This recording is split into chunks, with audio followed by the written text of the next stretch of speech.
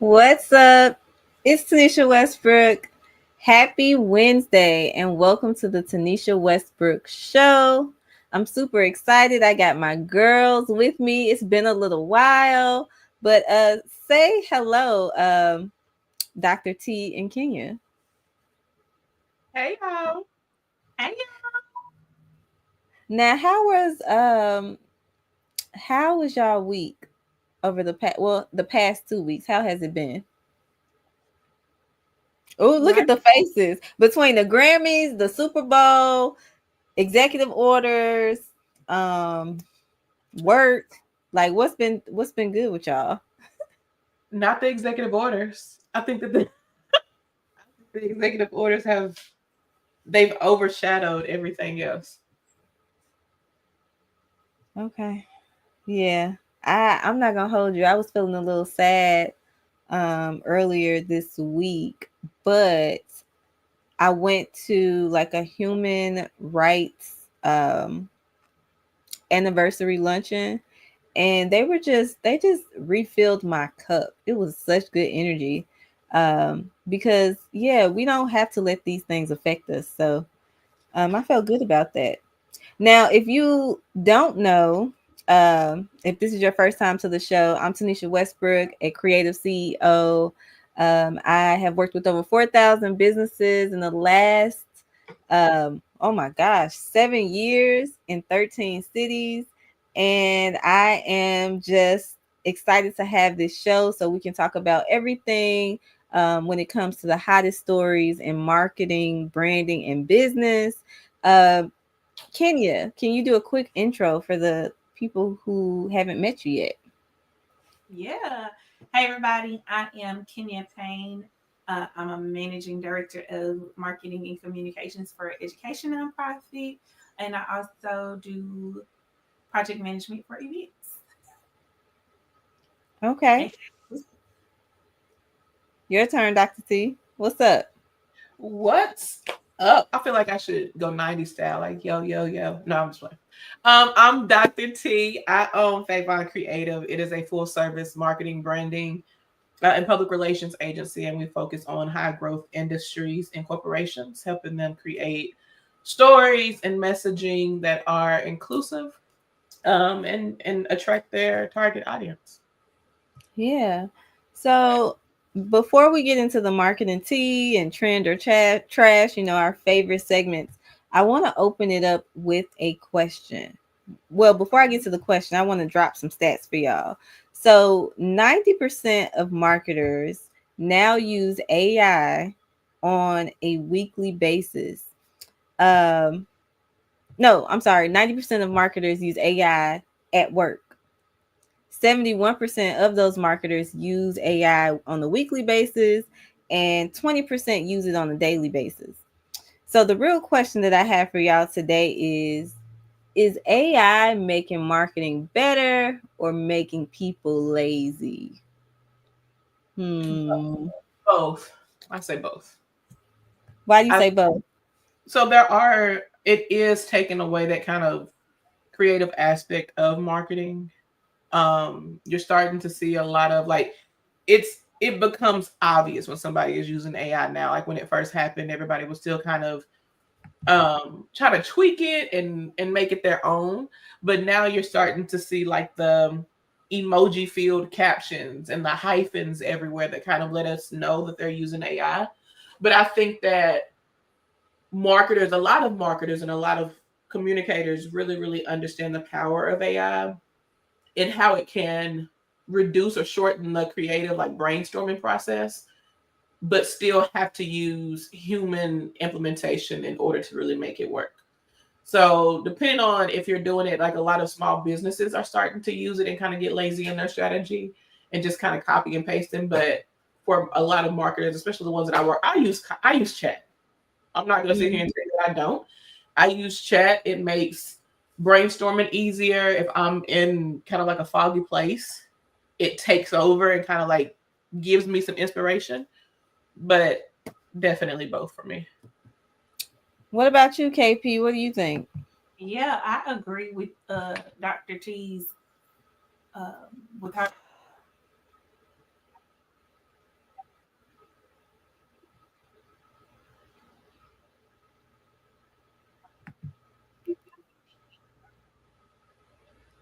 I think your sound cut out. No, can y'all hear me now? Now I can hear you now. What's the last thing y'all heard? I agree with Dr. T. I think Period. that's what God wanted people That's to hear. all we heard. That Okay. was I mean, I don't know. Maybe basically I was just saying that, AI is a tool like with anything else, and it's going to only be as good as the person utilizing the tool. So if you want to, take the easy way out for something that you have the skill set for, but use AI because it's just quick and easy, cool, you can do it. And it'll probably be usable. But you'll know, and eventually other people will pick up that that's not your work, or you can take the time to, leverage it to help make your work more efficient, where you still are providing the creative flair. I think it can be, really beautiful and help people, especially small businesses and organizations, just operate, cut down on a lot of time.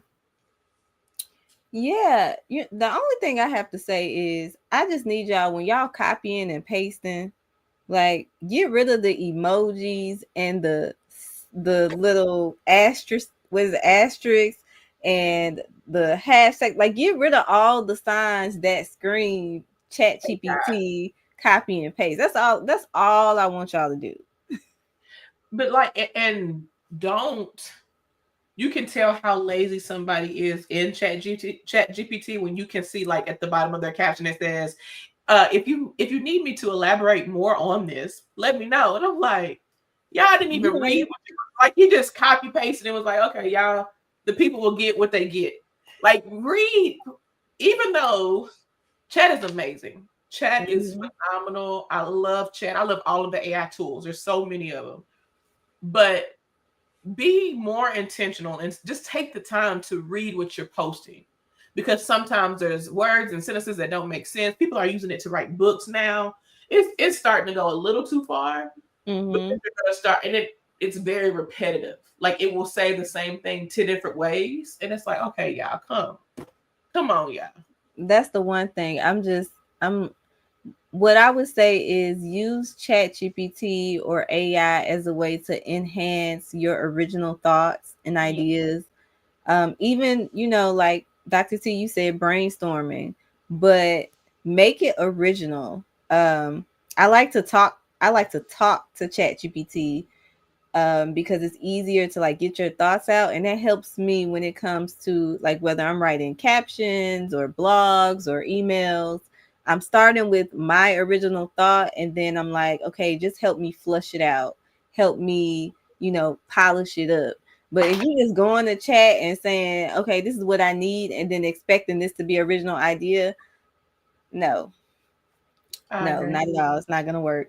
Don't do it. um, so the question that I pose to our audience is, um, have you seen businesses actually use, have you seen businesses improve with AI, or do you think they're just making stuff that's generic? You know, I want to know what y'all think about that. Have we seen things get better, or are they just getting worse and unoriginal? So, let's move on to marketing tea. We got some stories for y'all today. Of course, we're going to talk about, um, the Super Bowl, and we might talk about the Grammys, but I want to start off talking about, we have to give y'all an update on what's going on with TikTok. So, according to the Marketing Dive, there are some big players like Microsoft and Amazon and even Oracle who are thinking about acquiring TikTok. Um, if you don't know, the Biden administration put a hold on, well, not put a hold, but they basically wanted TikTok to sell to an American entity or get out. So these companies are potential buyers for the platform. Um, TikTok is also trying to figure out a way to get out of having to sell to an American entity. So they out here trying to figure out a different strategy. But time is winding down, and before you know it, they're gonna have to figure out what they're gonna do with the platform. Now, word on the street was like people like Elon Musk was in the running for acquiring the platform, but he recently said he's not interested. There's been a couple of different um, people out there and organizations out there that are putting their hat in the ring. But what do y'all think about what's happening with TikTok? Do y'all think that this is something we should be paying attention to? Can y'all see a platform like Amazon or Microsoft owning it? I feel like that would just change up. I even heard that like its competitors like Instagram or Mark Zuckerberg was thinking about acquiring the platform. But what are y'all thoughts? I'll say if any of the kind of key competitors were to want to take it over, like Mark Zuckerberg, my concern would be um a lot around will they keep the essence of what makes the app so enjoyable for so many people? Because if they take over and then they do the Facebook thing with it, where they try to change too much and shift it, I think just as quickly as folks got attached to it, they'll abort mission. So it just all depends if they let someone buy it but still maintain like creative control and things like that. It's possible that it'll be an opportunity to even make it more powerful. Dr. T, what do you think? Do you think that brands should start pivoting their strategy now, or do you think that brands should wait to see what happens? Brands should have already pivoted their strategy. Like your strategy should have pivoted when we first heard that TikTok might have been eliminated in the country, anyways. And that what TikTok and all of this has really exposed is that there are a lot of brands, there are a lot of influencers, there are a lot of businesses who put so much weight on one particular platform, like that whole don't put your eggs in one basket, or we're in one basket. We're starting to see that brands, and I think that was kind of like that savior that we saw when he said, okay, well, we're not going to eliminate it. People were so excited because it is a revenue generator, but it's not owned media. And so until a brand really has control of their own assets, so that's uh, newsletters, websites, anything like that, you're going to always be at the beck and call of any time. So even if Zuckerberg buys it, if Oracle buys it, if Microsoft buys it, if Amazon buys it, as soon as anybody decides to close down a social media platform, if that's your primary way of communicating with your audience and your only way, then you are in trouble. And so brands should have shifted last year, in the year before, in the year before when Trump first mentioned it, that, hey, okay, we need to look at diversifying our strategy. So I say yes. Brands should have been paying attention to it. If you are a brand or a business that is primarily on TikTok and utilize that as your primary marketing tool, it's time to start thinking of other ways.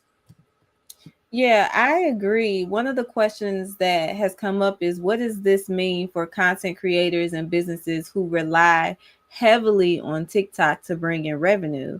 Because a lot of times it's easier to monetize on TikTok with like TikTok Shop and just the way that the platform is set up versus Instagram.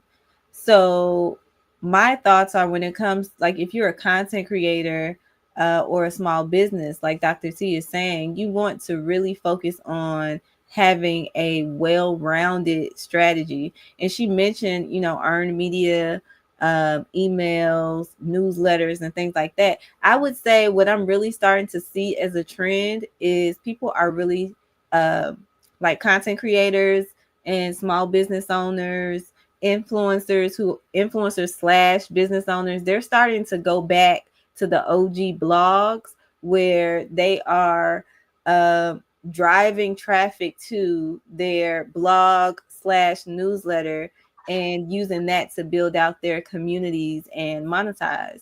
So that's just a thought. Let's get more creative on how we're bringing in revenue, because even if it wasn't TikTok, you don't want to rely on one stream of revenue for your business. You never know what could happen with the economy, politics, the industry. So that's just a thought to keep in mind. And I think that also you have the opportunity, and what this has exposed is a big opportunity for you to diversify how you utilize your content. So repurposing it, placing it in YouTube Shorts, placing it on the Reels, but also understanding the need and the necessity of platform aware content. Because what you're also starting to see is that in the panic, a lot of people just started posting the same type of content in various other places, and it might not have that same traction, right? Because what somebody comes to TikTok for might not be what they come to Instagram Reels for. There's a time difference in which you can upload. So making sure that you're being platform aware, but also start to repurpose that and really start to target your audience on different platforms. Yeah, this is a perfect segue into our next story. Um, Yahoo Finance put out a story about a report that was named the State of Influencer Marketing in 2025. And some of the key findings were influencer marketing has been projected to grow 12%, reaching $22 billion by the end of 2025. There's also been an expansion in the creator economy, where it's forecasted to soar from 191 billion to $528 billion in the next 5 years. So, and then it goes on to talk about the UGC, or user generated content, um, content creator boom. But the question, well, one of the thoughts here was that when it comes to influencer marketing and the shift in the industry, more brands are moving toward micro influencers or micro and nano influencers, and moving away from big name celebrities to get their messages out. So the question that I have for either one of you is, what does that mean for business owners? Like, should they still be investing in influencer marketing? Do you think that this is a time where they can still make it a meaningful investment? Because if the industry is shifting right towards micro influencers, that means we can start charging more money. We can start getting the bucks. So what does that look like for small businesses who need those influencers? Um, See, one question for the audience: can you provide a definition for folks who may not know about micro versus nano influencers versus what we traditionally see? Well, so traditionally with celebrities, these are people like, let's say, Cardi B or Beyonce, who have major platforms. And then you have influencers who say they have followers in the hundreds of thousands to millions. Those would be regular, well, not regular, but those would be influencers who were doing really, really well in like the last 5 years, like in the past. But now, when it comes to micro and nano, these are influencers who have 10,000 followers or less. They have 5,000 followers. They have 1,000 followers, and they're really niche based influencers. So maybe they're doing, Amazon reviews, or they're doing food reviews, or they're doing unboxings, or maybe they're in the digital marketing space. Like, it's so vast, but these influencers have smaller followings, but they have essentially, I would say, not a bigger impact, but the way that the world is turning when it comes to authenticity, they're able to make an impact in a way where people trust what they have to say. And it's moving away from those influencers who have hundreds of thousands of followers. People don't really trust what they have to say anymore, because people are starting to see through the BS. Like, if I'm endorsing this product, am I getting paid for this? or is this like something that I really use and care about? So that's the breakdown. And you're starting to see too. Well, one, so YouTube started years ago, like over a decade ago, where um you had to disclose that this was a paid partnership, that this was something that you had to receive some type of compensation for. And there is an influx in micro and nano influencers now. But also, so we at Favon, we have a digital division which focuses on content creators and influencers and building relationships with endorsements and partnerships and all of that stuff. And so right now there is a trend, one, going after micro and nano influencers, but also brands are starting to offer them less. So with your mega influencers or your traditional influencers, those who have even like 60,000, 70,000, a million followers, of course, one, that buy-in is more because you're buying their engagement. But a lot of times you're starting to see like that lack of transparency and authenticity. But brands are realizing, one, it's not so much about the follower count as it is the engagement. And Mm-hmm. those nano and micro influencers have higher engagement because people see themselves in that. So we're getting away from where influence isn't as powerful as representation and as relatability. Yep. Um, so what I say is, one, do brands need to have some type of influencer marketing strategy? If they have a product, yes. But what we advise our clients to do is that if the brand does not, the brand, the product, the mission, the value, if none of that doesn't align with who you are, then don't go after the deal. And so the same thing goes for brands. Make sure that you're finding influencers who actually hold the same value, whose content speaks to what it is that you value, what it is that you want your message to be. Because the most dangerous thing about influencer relations is that we call it relationship. Um, Jesus, I just had a blank. Lord Jesus, but we call it basically where you are able to be negatively impacted by what someone says, by what someone does. So like Michaela, right? Michaela Naguero on TikTok, makeup beauty influencer. Okay. Ardell Wispy, she The the mascara. It was like mascara gate where um she applied this mascara and talked about how amazing it was. It came out that it was Ardell Wispy's, right? Like that was the thing. So now L'Oreal reputation was already like ruined based on the lack of transparency that she had in posting.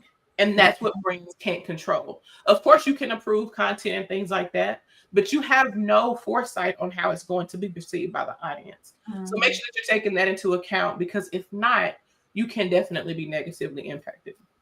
Yeah. Yeah. Oh, go And I ahead. and I want to highlight too that one of the things that Dr. C said is trend. She used the word trend.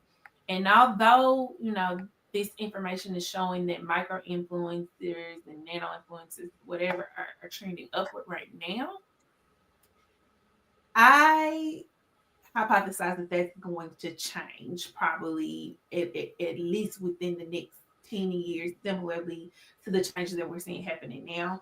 Because if you do pay attention to a lot of the content that's starting to surface, it's around people getting tired of influencers. Because, you know, 10, 15 years ago when influencers became a thing, what drew people to it was, oh, that's, somebody that I know and see regular everyday person said she tried this product out and loved it. And at the time, most people really were actually using and trying things out. It was like an organic thing. And then companies thought, oh man, this is cheaper advertisement than us getting a celebrity sponsor, or a celebrity endorsement. We could just get this everyday person. But then as everyday people became celebrities, right? Like the game changed. And so it went from feeling really organic and like, oh, these people are actually using this stuff to the same thing, right on back to sponsored advertisements. And so I think as the public is catching on a bit more and understanding that it's no longer people who are actually using these things, who really believe in these things, to where it's just content creators who realize that they can get money by promoting certain stuff. It is kind of damaged the industry a bit, in my opinion. And if the public continues to start to have a growing distrust of influencers, either the industry itself is going to just kind of have to rebrand. It has to be called something Mhm. else. Um, or you're going to see people starting to pull back in companies, especially as more people want to get into content creation, pulling back from paying influencers and go right back to paying celebrities. Because why am I going to be spending this money for 10 different influencers when I can spend the same for one well-known celebrities that people know what they're getting in advertising? Mm. Man, that's a great point, Kenya. It had me thinking about there was this article about um so I don't use Reddit, but I know a lot of people use Reddit, and the news came out with a story that said people were upset because they were upset at Reddit because influencers or people who would go on the platform, they would give this review on Reddit, and you would think that it's like authentic, it's coming from an everyday person, and just to find out that they have like an Amazon affiliate link, or they're just promoting this product and they're getting a cut of the sales. And so people were upset with Reddit because they were saying like, okay, this is presenting one way, but it's not authentic, and they're actually not. Um, it's just another way. They called it. They said marketing scam, right? Yeah. They called it a marketing scam. So I think it's important what you're saying, especially if you're like just relating this back to if you're a small business owner, um, and you're thinking about working with influencers. I would focus on like really essentially everyday people versus someone who is has deemed themselves a content creator, Mhm. unless they are someone who is trusted in the space and it's very like they're really focused on a specific niche and they built an audience that trusts them in particular about this certain topic. So we have someone on LinkedIn that said, I agree, it's becoming too hard to believe what you see on the socials. Because it's Yeah. just one long advertisement. Like once companies realize that they could reach a broader audience for less money by either, working with influencers or, just posting ads on social media, the game changed. And money oftentimes changes things. People can go into it with the best of intent and start off really truly sharing, just giving feedback about products that they like. And then as people start to make money, it starts to look really different. And then we get what happens to the beauty industry. And when everybody started doing makeup tutorials and doing hauls, it went from being, oh, I love this Chuck Stick makeup artist. Like, yeah, I'm taking their recommendations to, well, you Mm. can't be recommending everything. You got, 50 face washes. Surely all of them are not great. You know what I'm saying? Like, you got to be lying about what did he say? Yeah. Um, so the last thing that I wanted to get y'all opinion about when it comes to this story is, Yeah. um, do you think that platforms like Threads, LinkedIn, and YouTube Shorts are becoming better alternatives to Instagram for partnerships? What are your thoughts about that?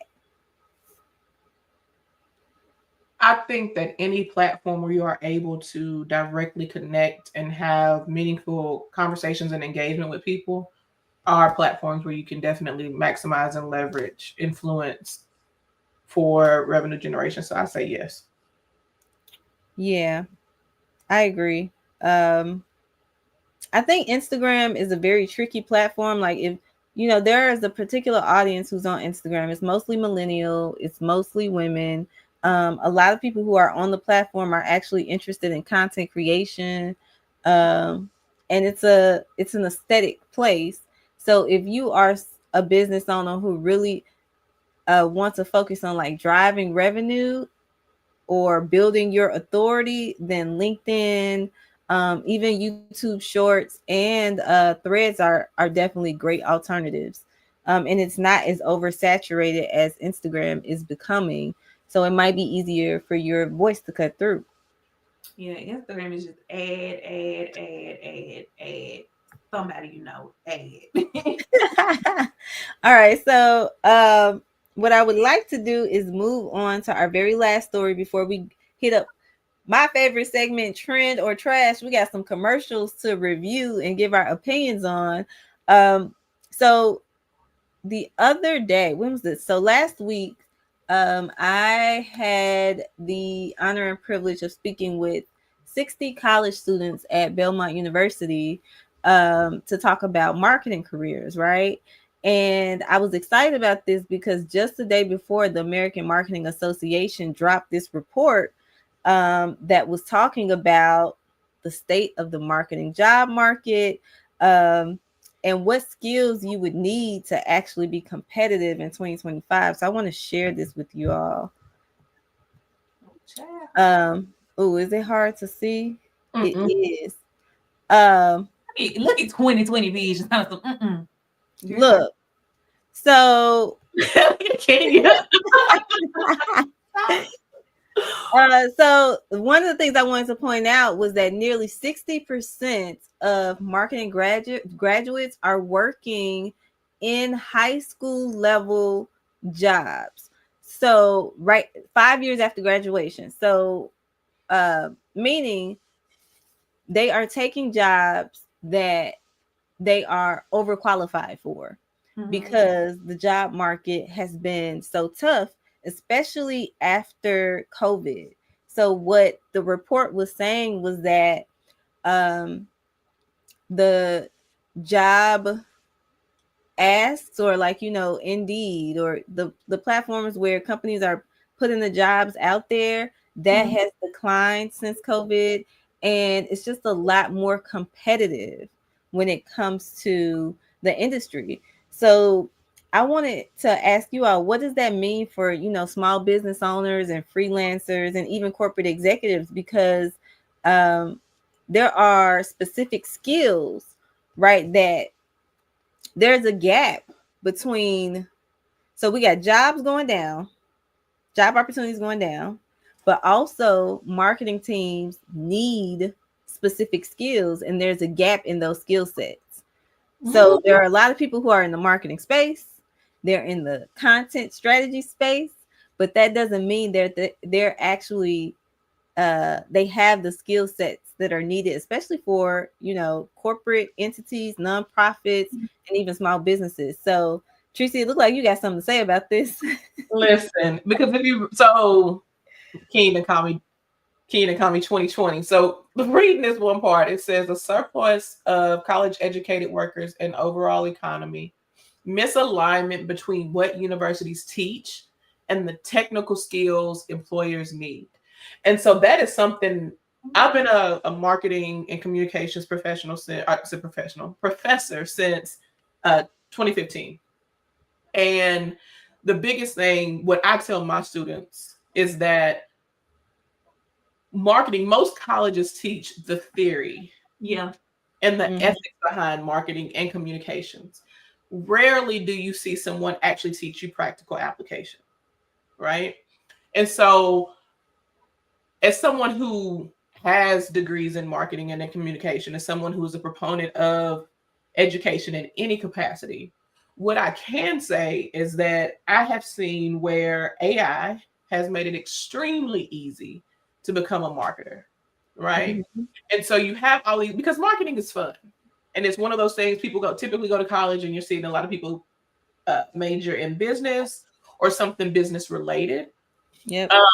And so we have to get to a point where skills and practicality are actually being taught Mm-hmm. in college, which is why the textbook. Listen, you pull it out and you see it says bridging academia and practice. And that's something that we really wanted to focus on because there are so many professionals who can tell you about the ethics of AMA, they can tell you about the ethics of being a PR professional. But I can't tell you a time that I'm like, you know what? Let me refer back to my textbook on how to fix this for a client. Because most textbooks are dated. Mm-hmm. Most case studies in those textbooks are from like the 1980s and the 1990s. That was before the internet was a big boom. That was before we had social media platforms and all of these things. And so Yep. we have to get to a point, whether you are in college or not, if you are saying that you want to be a marketing professional, not using AI as a crutch, but actually finding and connecting with people um, who have the skills, who have the understanding, who have the knowledge, and let's start lifting that up. Because I don't know what a high school level job in marketing is, but we also do see a lot of college graduates forced into entry level marketing positions. And that is typically low income, low salary, and hard work. So I'm a big fan of actually gaining those skills. Before you jump in, Kenya, I want to read. So this is the most in-demand job-specific skills. So number one, marketing strategy, right? Number two, digital marketing. Number three, project management. Number four, brand management. Number four, data. Number five, data and analytics. Number six, content marketing. Number seven, proving return on investment. So that's really dealing with like metrics. Like, are these ads making us a profit? Email marketing is on this list, customer experience, and at the very end is social media marketing. So I wanted to get your thoughts on this, Kenya, because you have a very specific skill set when it comes to project management. Like I think you're a beast out here. Do you find in your industry that that is something that other people lack? Mm-hmm. And I think because it's it's something that kind of comes natural for me because of the way that my brain works and how I operate, um, and hold myself accountable to success. It was really difficult for me as I was engaging with folks to realize that it is a huge gap across a number of different industries. Um, I can't tell you how many projects that I worked on, and I come in and kind of do my thing, and then and folks are like, "Oh my God, we needed you. Where'd you come from?" Because a Mhm. lot of times people have the vision, right? Like they know what they want done, and even how. And then you also have people that are really great at executing, right? Like they're gonna get it done. You don't have to worry. You don't have to check up on them. It's gonna get taken care of. But they forget that there needs to be a plan in place to get from vision to final product through Yep. execution. And little things can fall through the cracks without strong project management. And again, that is something that's key across whatever industry, marketing, communications, especially if you're an entrepreneur. And that's one of the things that if you don't have the skill set, it's imperative to find somebody that does. Yeah. I I'm glad that you brought that up. I find so I'm I do a lot of consulting, usually with nonprofits or small business owners. Um, and also I have a community of women who are interested in content creation, right?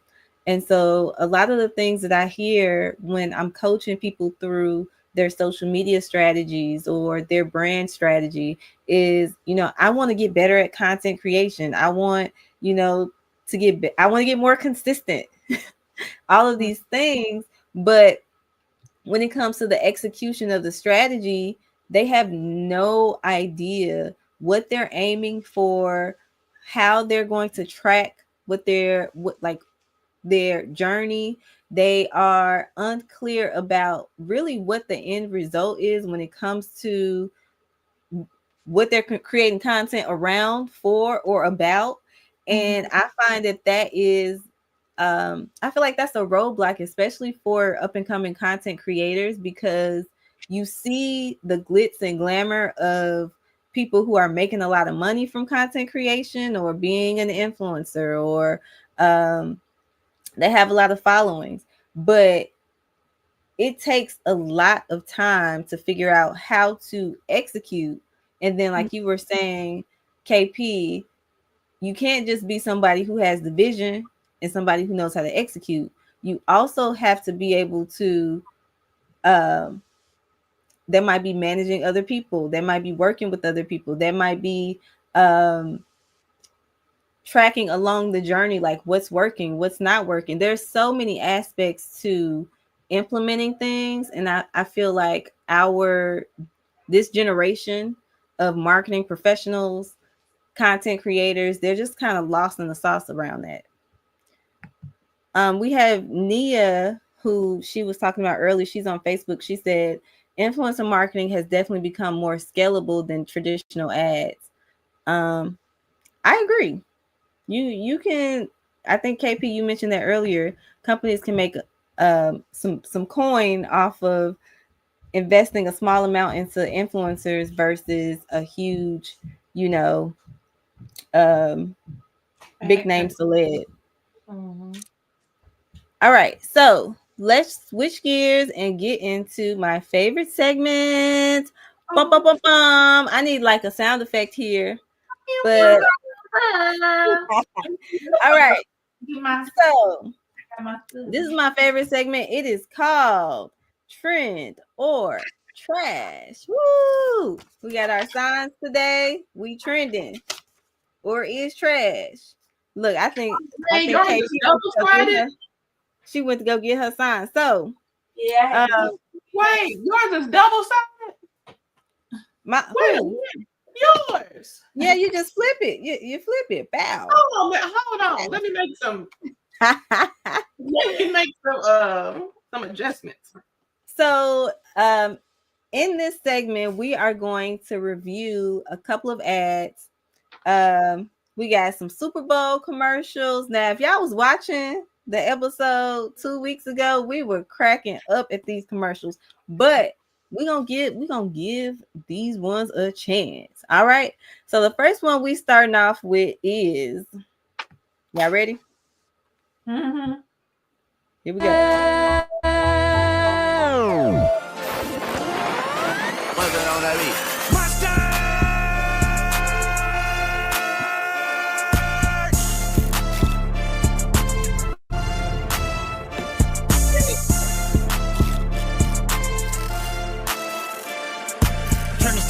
Turn his TV off. Turn his TV off. Turn his TV off. Turn his TV off. Commercial was a little suggestive. Woo. I liked it. Oh yay, Trent! The mustard was blinged out. Okay.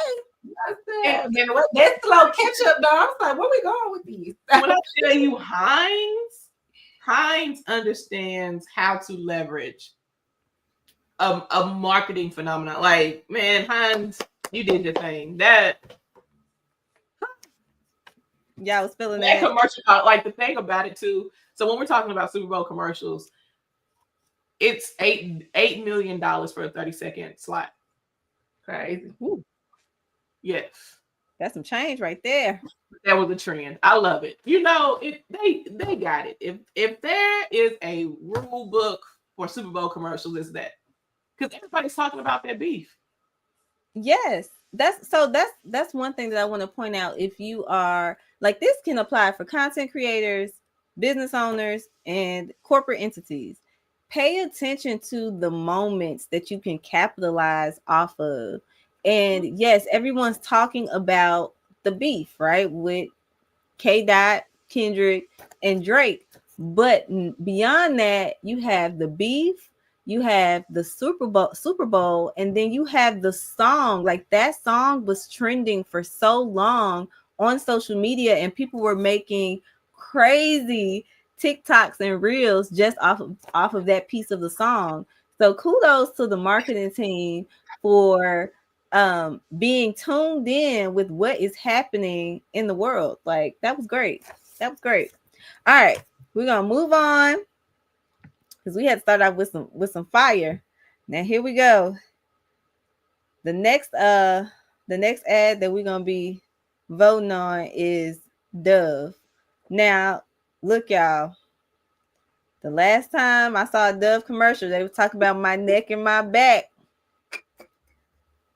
I wasn't feeling it. So we about to see what they got this time. So trending. Here we go.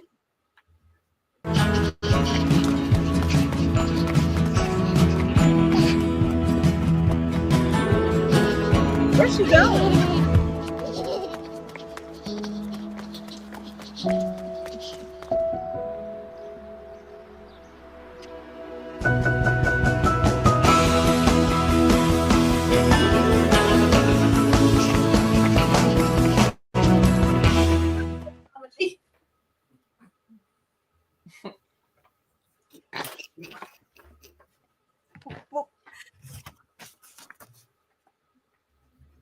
Oh, we got a comment. Oh, How are we defining this? Because personal standard. I mean, like, are we meaning like literally like trendy? Like, no, I don't appreciate it because it's somebody who is like has studied Dove's brand, and especially compared to last week. Even though last week I said the last week was trending because it was catchy, you wasn't gonna forget it. So I don't know. My goalpost is moving. I said this is trendy because it got to the essence of Dove's brand. Like the one last week, if we're talking about Dove's brand, it was kind of like, what the heck was that? Mm-hmm. But that commercial was like, yeah, that's Dove. I mean, well, who? Okay, who are they targeting? I got so many questions. The first question was, where was the little girl running to? The second question was, okay, she was just running. That's what they do. Why? Okay. Where are her parents? But then, like, I understand this whole thing about, you know, body types and sports, but what does that have to do with this little girl running? And who is their target audience? Because you're talking about exclusive. Now 2 weeks ago it was my neck and my back. This week is a little. That's what I'm saying. Dove is very, very. Dove's entire marketing strategy is trend. So whatever is hot at the moment, whatever they know that is going to garner enough attention and enough human emotion, they go with it. From them missing the mark with trying to include diversity and then showing like the people stripping their shirts off, and the lady had washed and then she took her shirt off and she went from white to black or from black to white. Yeah. And then when like it's always the placement of things. Like when they had like all of the women lined up and they had the healthy skin over here and the bad skin over here, and all of the black people were pushed towards the bad skin. I'm telling y'all, as a marketing professor, when we talk about making sure that you are, you switching? She done switched sides. But what does their brand messaging is about? I was like, oh, it's so cute. It's so cute. The little girl, oh, she's running. She's gonna have but we're gonna talk. We're gonna watch how we talk to our girls, and that is something that is trending right now.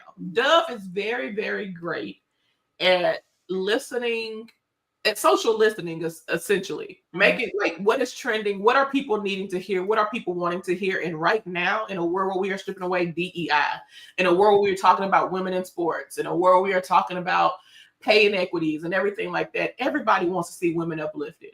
Yeah. So the 3-year-old, so why is she at 14? I didn't think my legs were unbearable at 14. I did. Like, but that's what it was. Maybe I related to it because for me, I got the point. And actually, maybe not 14, maybe it was a little, maybe like 12, like in middle school. And one of the things that I do like about Dove, because you're right, after you've gone through the history, some of the commercials that they've done, I'm like, oh yeah, they have amazing food boxes.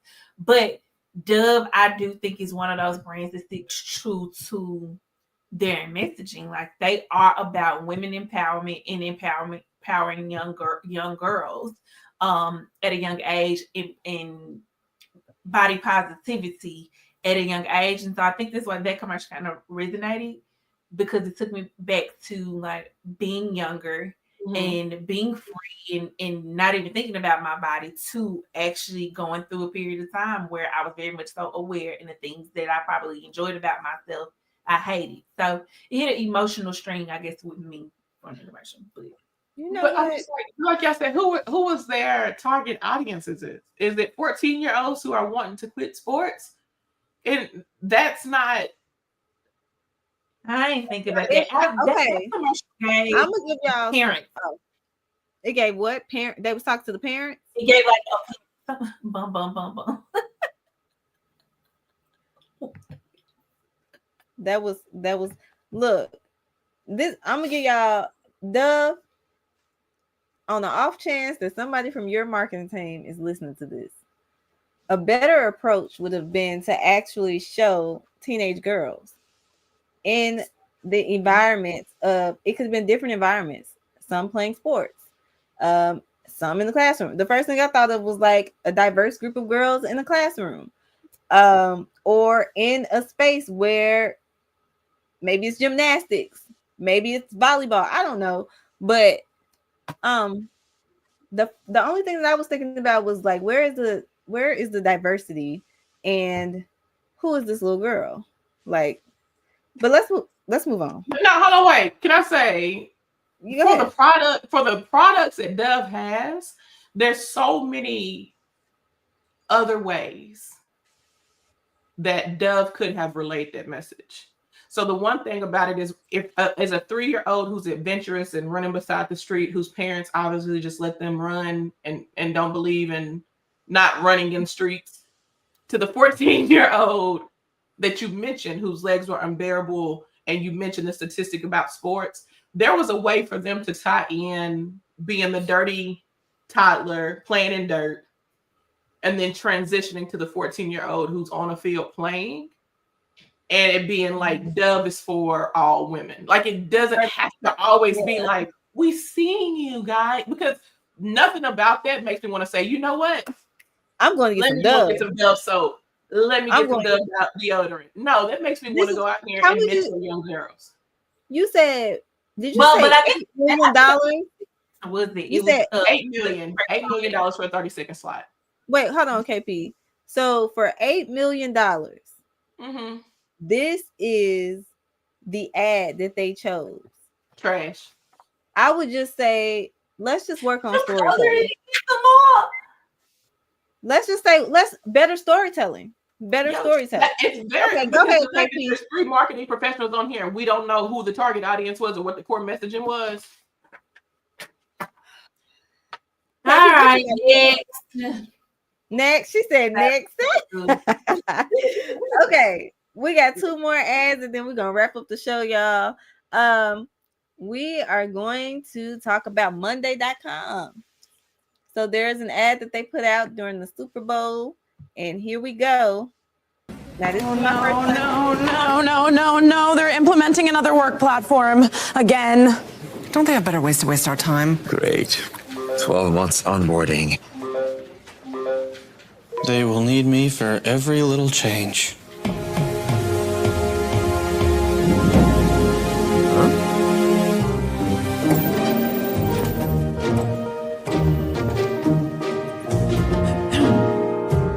We found love in a hopeless place. We found love in an open space. This feels totally different to anything we've tried before. This AI is so easy. It doesn't even need a prompt. I don't think you even need onboarding. Finally, reports in minutes. Just look at that beauty. Oh, hey. build custom workflows on their own. This is gonna spread like crazy.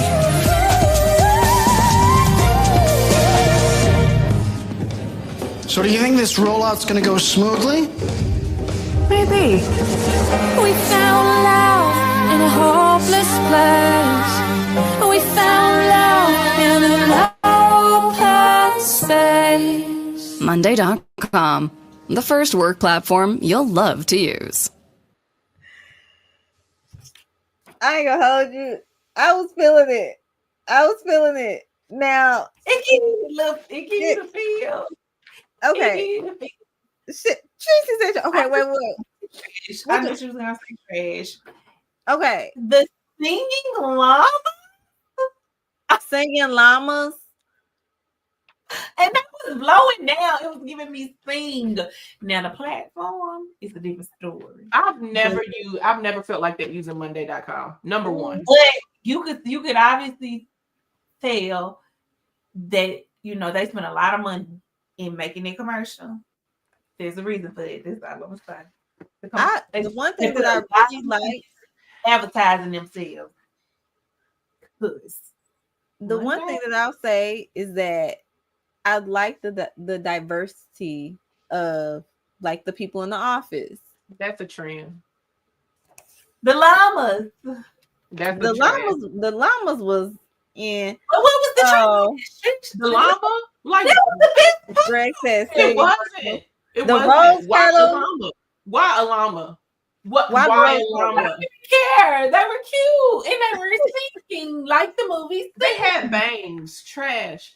I'm not a fan. Like she was blowing hearts out while she was singing. That was so cute. They had some soul. They had some soul. They did. They was blowing down for Black History Month. It was cute. I like the movie Sing though. I like Sing too. Sing is trend. Sing 1 and 2. It's trend. You like Singing holiday. It's trend. Singing llamas for Monday.com is trash. No, not a fan. All right, let's move on to our final trend or trash. Oh my gosh, y'all are hilarious. Okay, here we go. Now Nike did an ad. Let's check it out. I was doing ad. You can't be relentless.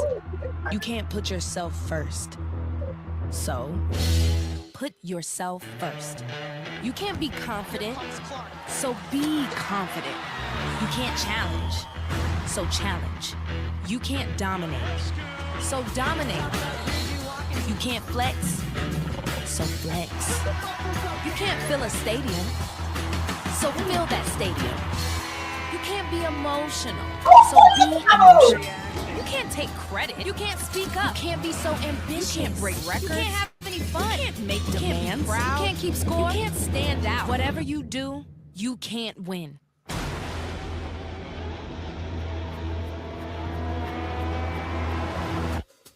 So win.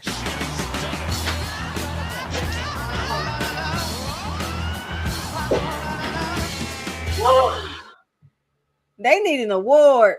Did y'all catch how the gymnast was the Nike sign at the end? Trend. Nike don't miss. They need an award for that. Nike don't miss. When I saw those games. That commercial. Now that is the commercial that stuck with me. That and the one where Seal was a seal. But that one scared me. But Nike don't miss.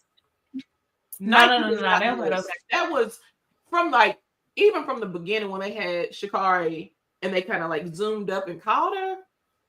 The voiceover, the imagery, the athletes that they the messaging, the messaging. In the voice win, so win. Dear Dove.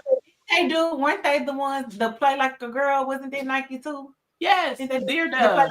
Girl campaign. Dear Dove. If you want to talk about female athletes, watch Nike. Yeah. Now that's how you drive. From now on, that's how you drive. Nike gonna take you there every time. Nike killed it. I'm a Nike, but I love Nike. Nike is one of my favorite sports brands. But that commercial, if you watch that commercial and it doesn't make you proud to be a woman, then baby, come here. We're gonna go and get you some therapy because we got some things to talk about. Yeah, that You was say you can't win, so win. You can't win, so win. Yeah. You can't flex, so flex. That make me want to go hard, like today, like right now. Let's And go. then just like the subtle, like the gymnast hitting the move at the end, and she's the Nike check, and then it transitions to the actual Nike symbol. I'm gonna have to go watch that again because you always catching like you caught the Amazon from A to Z.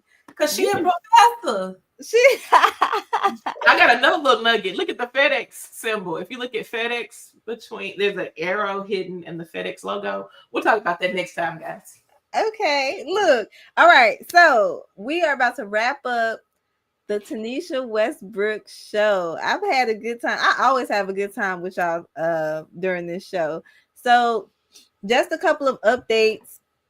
I want to wrap up some of our key thoughts from the show, and y'all feel free to tune in after I run this down. So, number one, don't sleep on micro and nano influencers. Brands are shifting their budgets. Now, this might change in the next 10 years, but for the next 5 years, we foresee budgets going towards micro and nano influencers, creators versus big name creators.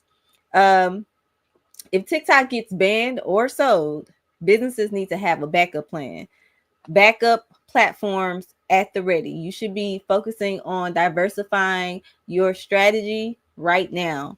The other note, AI and data analytics are the future. If you're not using them, you are already losing. Okay. And then a strong brand identity will always win. As you can see, Nike hit the nail on the hammer. Dove, we got some work to do. But what are y'all closing thoughts? Kenya likes llamas who sing during Black History Month.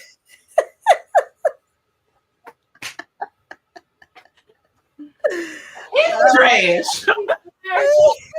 Llama, the little girl. So obviously, I like emotional. You do. Things Yeah. Look at the heartstrings because those are my favorite things. Yeah. And you like project management, and Monday is a project management tool. So technically, I like the Monday.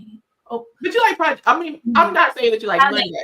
I dislike it, but I ain't saying I like it either. Yeah. We don't like Monday, y'all. But all right.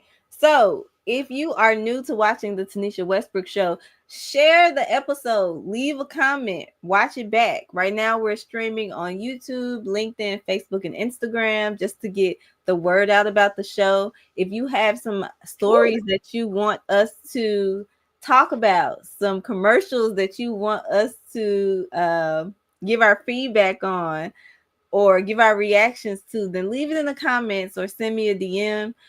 We are here talking about the hottest stories in marketing, branding, and business every 2 weeks.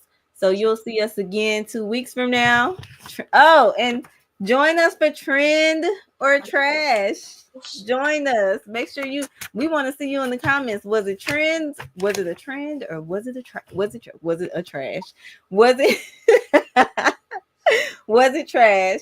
But yeah, I'm so happy to be here with my girls, and I will see you all on the next episode of the Taniesha Westbrook show. Oh, one more thing. If you're a business owner, a creator, or influencer, and you want to get advice from collectively, we got like over 35 years at this point of experience and knowledge. We got a professor here. We got a project management guru, mass comm, marketing guru. We got myself, who's in the small business territory. Let us know. Send me a note so we can get you some advice that'll help you grow your business and your brand. In the meantime, happy Black History Month. Millennial Peace God. Hey. I'm gonna do both. Peace. We signing out, y'all. Have a good night.